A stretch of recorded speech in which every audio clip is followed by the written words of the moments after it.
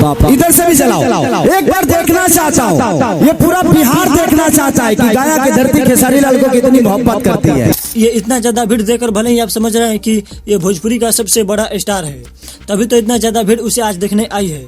और no doubt आज के टाइम में वो स्टार है भी। लेकिन एक बार सोच कर देखिए, क्या इतना बड़ा स्टार बनना आसान था? तो ऑफकोर्स आपका जवाब आएगा नहीं।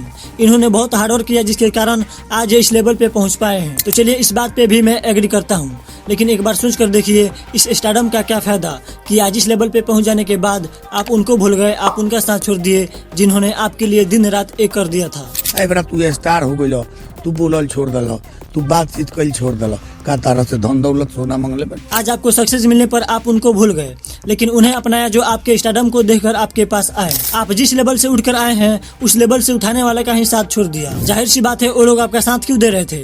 ताकि आप भी आगे बढ़िए और अपने साथ उनको भी आगे बढ़ाइए। आप एक मिनट उनके जगह पर खुद को रख कर देखिए आपको कैसा फील होगा। भले ही आज आपके साथ करोड़ों ऑडियंस है, लेकिन उन करोड़ों ऑडियंस के बनाने की शुरुआत उन लोगों ने ही किया था जिन्हें आज आप भूल गए हैं। आप ही गिरगिट हो गए हैं। कौन गिरगिट हो गया?